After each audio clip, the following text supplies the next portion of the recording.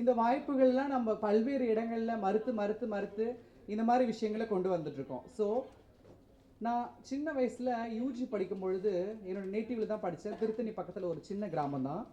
UG வந்து நான் BA English படித்தேன். ஸ்கூலில் class first 12th BA English படிக்கும்போது நான் என்ன பண்ணுவேன்னா, காலேஜ் போயிட்டு வரும்போது பேருந்துகளில் பயணிக்கும் பொழுது டிக்கெட் கொடுங்க அப்படின்னு ஒரு கண்டக்டர் கிட்ட நான் பேசும்பொழுது கூட எல்லாரும் என்ன ஒரு டிஃப்ரெண்ட்டாக பார்ப்பாங்க. என்ன இந்த வாய்ஸ், ஒரு ஆண் பெண் கலந்த வாய்ஸ் ஒரு டிஃப்ரெண்ட்டாக இருக்கே அப்படின்னு சொல்லிட்டு டிக்கெட் கொடுங்க கண்டக்டர் சார்னோடனே ஒரு மாதிரி இப்படி டிஃப்ரெண்ட்டாக திரும்பி பார்ப்பாங்க.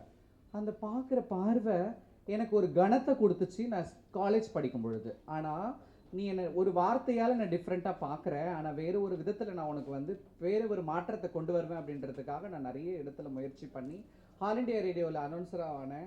அது மட்டும் இல்லாமல் சென்னை புத்தக காட்சி இருக்கு இல்லையா, தென்னிந்திய புத்தக விற்பனையாளர் மற்றும் பதிப்பாளர் சங்கம் நடத்தும் சென்னை புத்தக காட்சியின் அறிவிப்பாளராக 12 ஆண்டுகளாக நான் இருந்துகிட்ருக்கேன்.